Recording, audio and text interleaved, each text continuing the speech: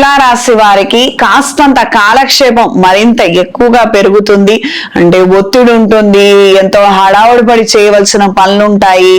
అక్కడక్కడ కూడాను స్నేహితులను తోడుగా తీసుకొని వెళ్ళటము, అయిన వాళ్ళు మనతో కాస్తంత హుషారుగా ఉండి సరదాగా ఉండేవాళ్ళని మీతో కూడా ఉంచుకోవడము, మాట పంచుకోవడము, ఇలా పని ఒత్తిడి ఉన్నా కూడా ఆ పని భారం తెలియకుండా తేలికగా వ్యవహరించే విధంగా మంచి పరిణామాలు ఏర్పడతాయి. ఎంతో పని చేయగలుగుతారు. ఆ మూడొంతుల పనులలో కూడాను మంచి పరిణామాలు ఏర్పడతాయి. శుభకార్యాలకు సంబంధించిన అంశాలు సానుకూల పడతాయి. ఉద్యోగ రీత్యా, వ్యాపార రీత్యా కొత్త విషయాలను తెలుసుకొని అవి వెంటనే మార్చాలన్న ఆలోచనలు ఎక్కువగా ఏర్పడతాయి. కొద్దిగా అగ్రెసివ్ గా బిహేవ్ చేస్తారు.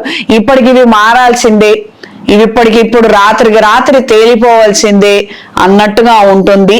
దీని వలన దెబ్బతినే అవకాశం ఉండొచ్చు. కాస్తంత అటెంటివ్ గా ఉండండి. ప్రత్యేకంగా ఈ రాశి వారికి కలిసి రావడం లేదు, ఎంత ప్రయత్నం చేసినా ఫలితం లేదనుకున్న వారు నన్ను నేరుగా వచ్చి సంప్రదించండి. అలా రాలేని వారు ఫోన్ కాల్ అపాయింట్మెంట్ ద్వారా సంప్రదించండి.